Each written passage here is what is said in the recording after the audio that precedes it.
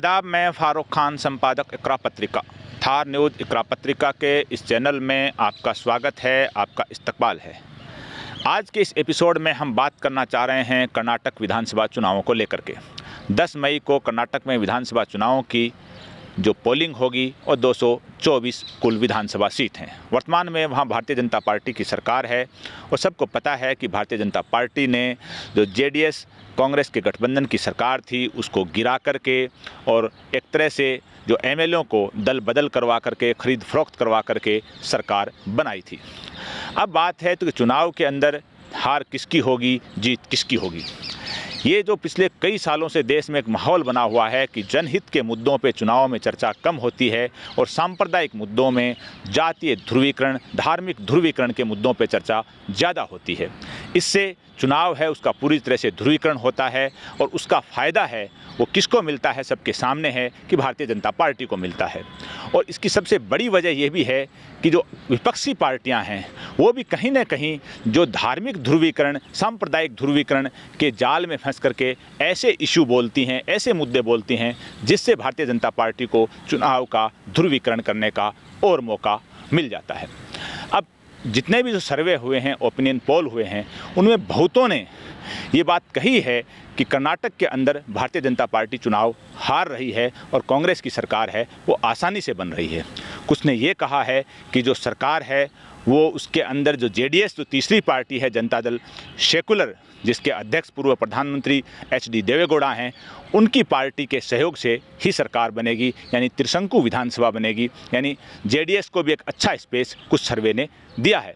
लेकिन जो भारतीय जनता पार्टी की जो एक करारी हार कर्नाटक में जिसकी संभावना थी, जिसकी चर्चाएं थी हर जगह, उसको कांग्रेस ने ही, जो वहाँ की जो बड़ी पार्टी है अपोजिशन की, जिसकी सत्ता आने की एक संभावना थी, जो 3-4 दिन पहले जो कांग्रेस ने अपना घोषणा पत्र का जो डॉक्यूमेंट तैयार करके जिसको अनाउंस किया, उसके अंदर जो तमाम तर जो चर्चाएँ हैं कि कांग्रेस ने उस घोषणा पत्र के अंदर जो मुद्दा शामिल किया एक, और उस मुद्दे से कांग्रेस ने अपने ही पैरों पर कुल्हाड़ी मार ली। मुद्दा था बजरंग दल को और पीएफआई को बैन करने का।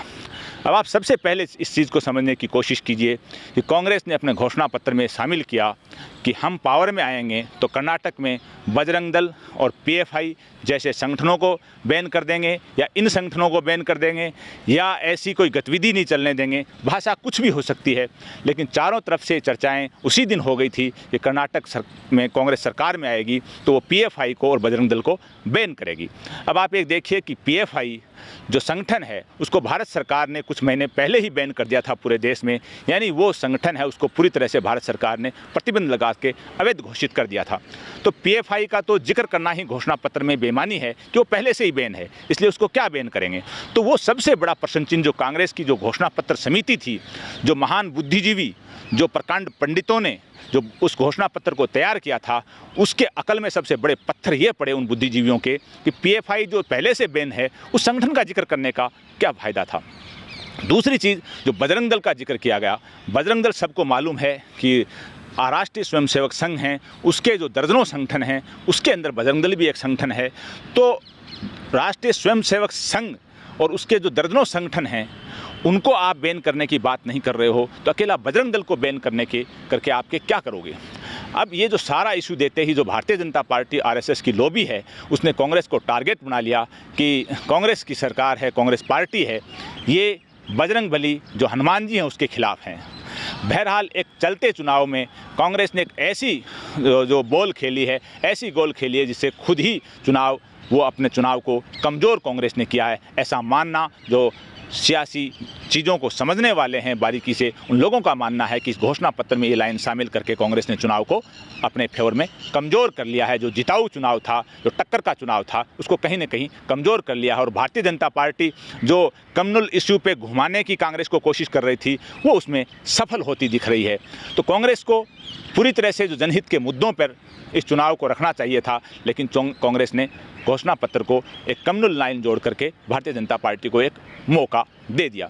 इसके अलावा दूसरा जो बड़ा इशू है कि चुनाव से कुछ दिन पहले, चुनाव घोषणा से कुछ दिन पहले भारतीय जनता पार्टी की वहाँ की सरकार है, वहाँ जो मुस्लिम ओबीसी कैटेगरी के अंदर जो 4% आरक्षण मिला हुआ था, उस आरक्षण को भारतीय जनता पार्टी की सरकार ने ख़त्म कर दिया और वो आरक्षण था वो वहाँ की दो बड़ी जातीय कम्युनिटी हैं, लिंगायत और वोकालिंगा, उनको 2-2% दे दिया।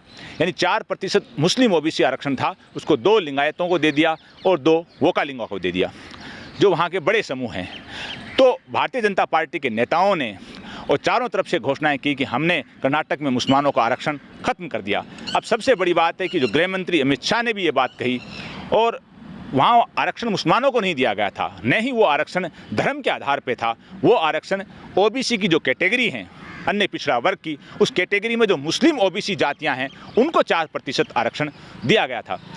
तो कांग्रेस से जनता को उम्मीद थी, खास तौर से ओबीसी मुसलमानों को, कि वो ये वादा करेंगे कि हम सरकार में आए तो इस 4% आरक्षण को वापस बहाल करेंगे। लेकिन कांग्रेस ने अपने घोषणा पत्र में, अपनी चुनावी सभाओं में इसका कोई विशेष जिक्र नहीं किया, जिससे जो मुस्लिम ओबीसी है वहाँ की, वो भी एक तरह से हताश है कि जो भारतीय जनता पार्टी ने हमारे साथ सलूक किया कि हमारा 4% आरक्षण था ओबीसी मुस्लिम वर्ग का, उसको खत्म कर दिया और कांग्रेस इस पर कोई जिक्र नहीं कर रही है। जहाँ तक जेडीएस का मामला है, जेडीएस इस चीज़ का जिक्र भी कर रही है और जेडीएस भी अपने कुछ क्षेत्रों में प्रभावी है। अब किसका वोट किसको कटेगा, किसको बढ़ेगा, ये अपनी जगह अपना इशू है, जो मतगणना के दिन ही साफ होगा कि कौन हारेगा और कौन जीतेगा।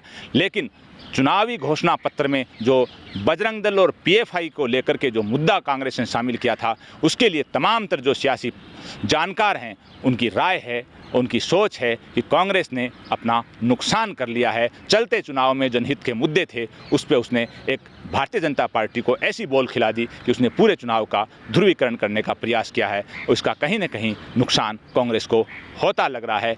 अभी भी अवसर है कि जो चुनाव के दिन हैं 2-3, उससे पहले कांग्रेस हो या जेडीएस हो, कोई भी पार्टियां हो, जनहित के मुद्दों पर बात करें और भारतीय जनता पार्टी को भी कम से कम रोटी रोजगार पे बात करनी चाहिए, जनहित पे बात करनी चाहिए कि हमने कर्नाटक के अंदर कितने लोगों को सरकारी नौकरी दी है, हमारी केंद्र सरकार में 8-9 साल से सरकार है, उसने कितनी सरकारी नौकरी दी हैं, महंगाई है पेट्रोल की, डीजल की और गैस के सिलेंडर की, उसमें हम क्या राहत दे सकते हैं। ये बात भारतीय जनता पार्टी को करना चाहिए कि आपके शासन में आने से पहले करीब 400 रुपये में सिलेंडर बिका करता था, उस सिलेंडर की कीमत आज 1100 से ज़्यादा हो गई। ये क्यों हो गई?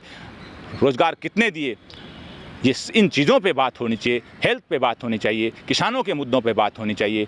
लेकिन कांग्रेस ने चुनावी घोषणा पत्र में एक मुद्दा ऐसा शामिल कर दिया कि सांप्रदायिक ध्रुवीकरण का भारतीय जनता पार्टी को पूरी तरह से मौका दे दिया। आज के इस एपिसोड में बस इतना ही। जय हिंद, जय भारत।